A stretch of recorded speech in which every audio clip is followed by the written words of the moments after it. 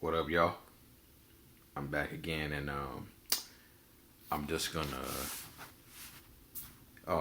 talk real briefly about some things that I was not able to touch on or did not touch on. Um, First thing I want to address is this before I get to the things I want to talk about. I know some of the videos have been a little low, they've been a little soft, but believe me, I fixed those. So from now on, you should be able to hear me loud and clear.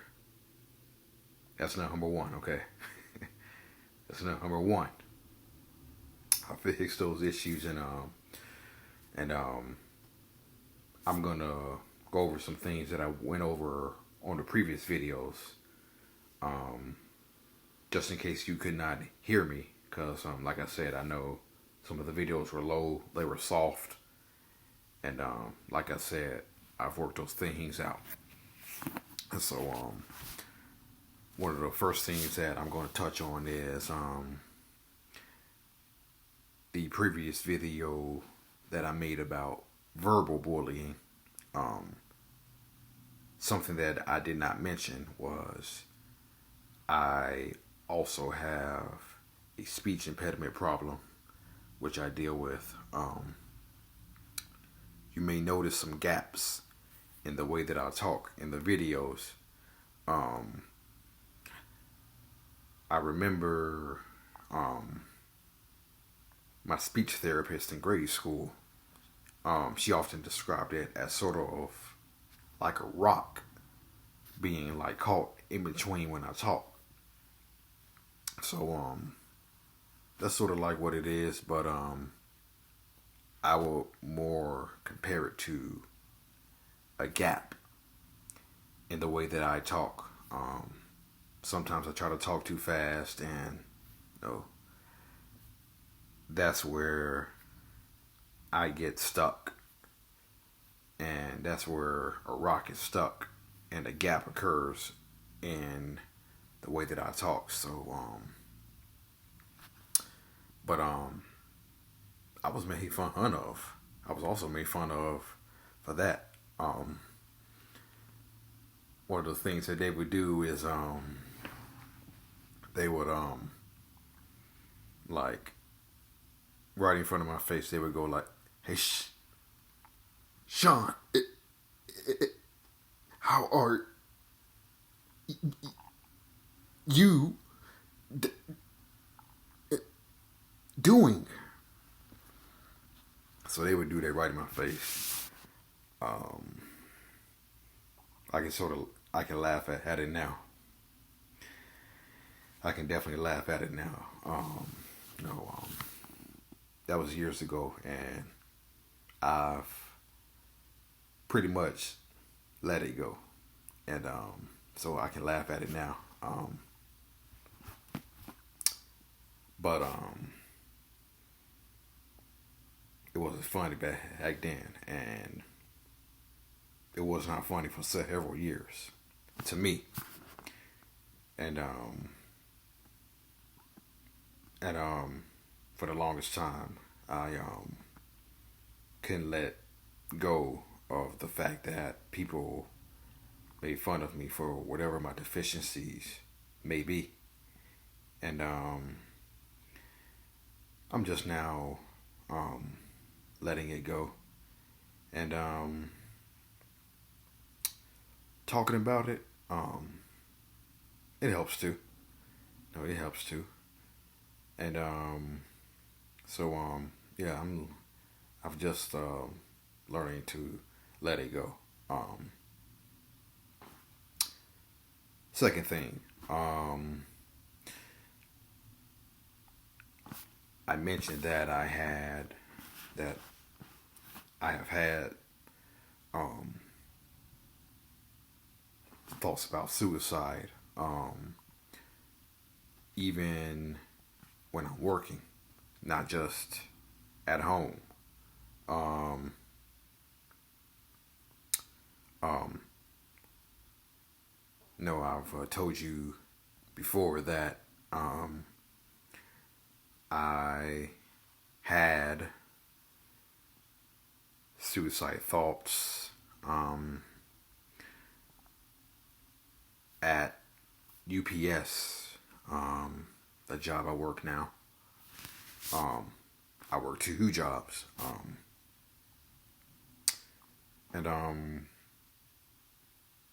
I've had thoughts of suicide at my other job as well. Um, you know, um,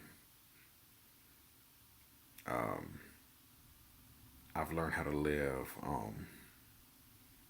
and I'm learning how to live safely with those thoughts. Um, do I still think about it? Yes. Do I still dream about it? Yes. Yes, I do.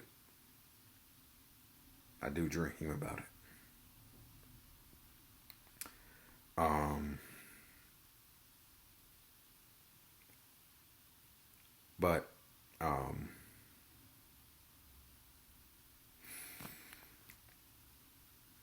no, like I said, I'm learning how to live safely with these thoughts, and I still have my days where I um, feel pretty low. Take today for instance. Um, I got up this morning. Um, got up this morning. Um, got my hair cut. Um, ate breakfast. Then came back and lay back down. And I did not want to get up for the rest of the day. And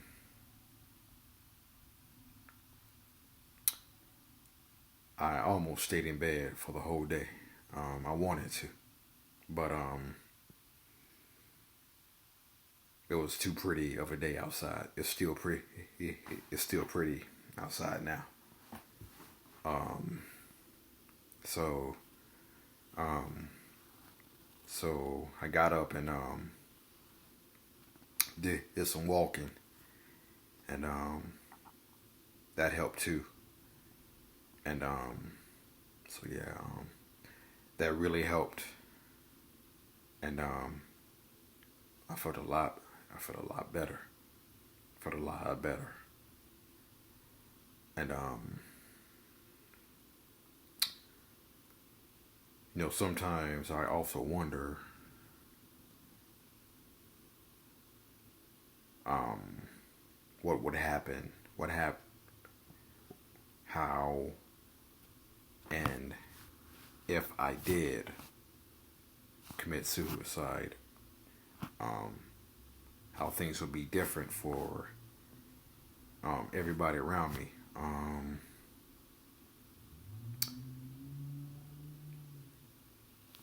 No, there's a stigma surrounding suicide. No, I touched on this a little bit, um, but there's a stigma around suicide, um,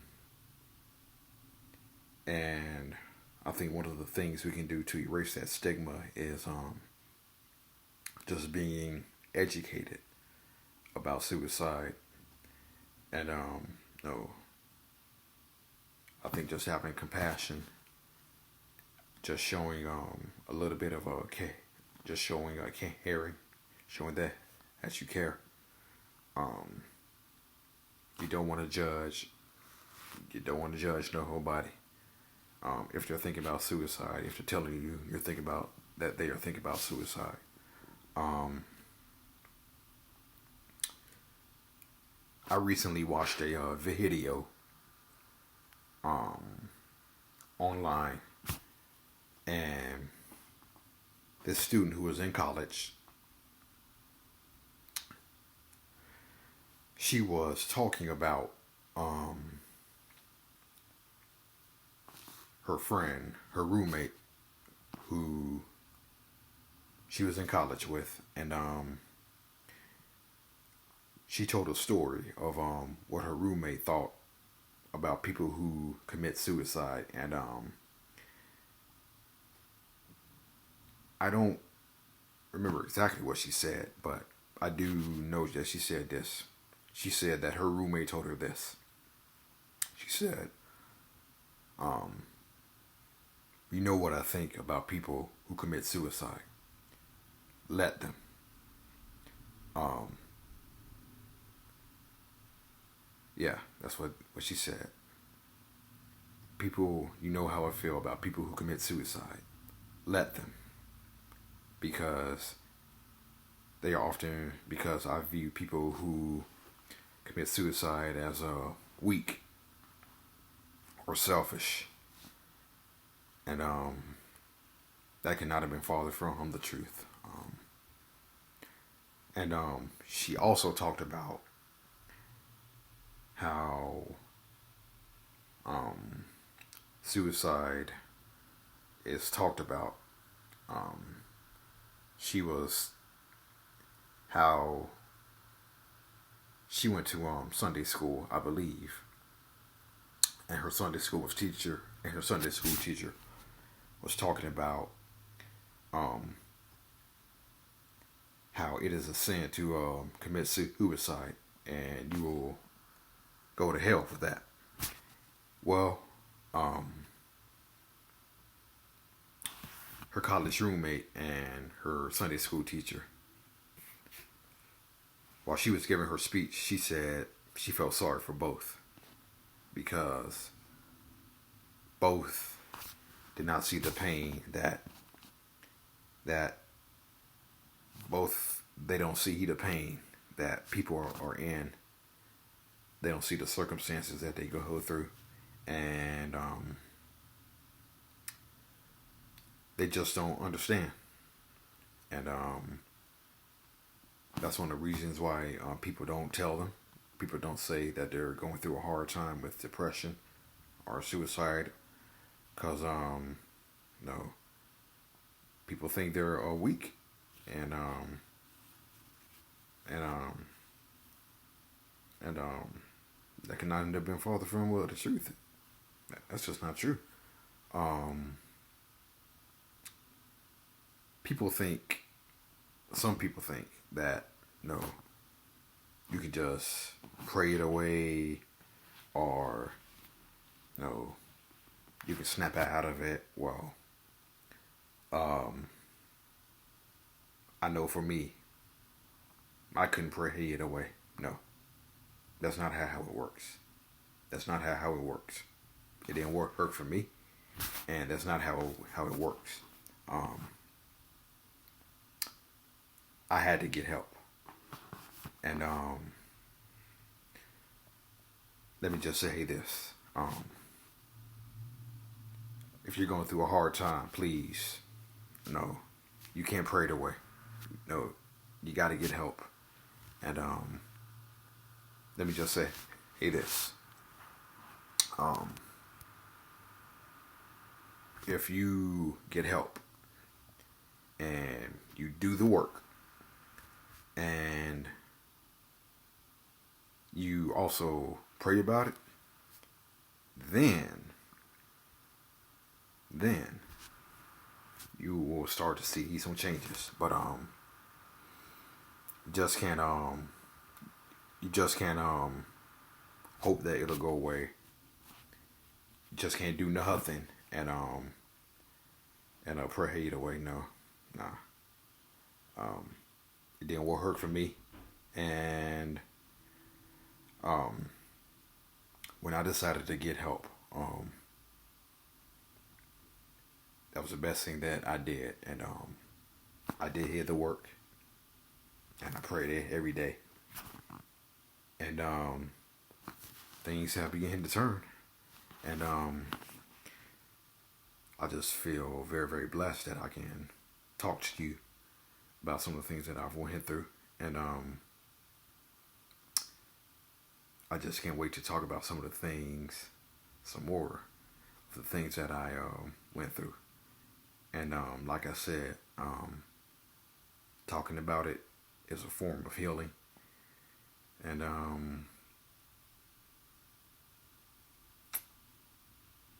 yeah, it's a form of healing. And I just look forward to bringing you a whole lot more. Peace.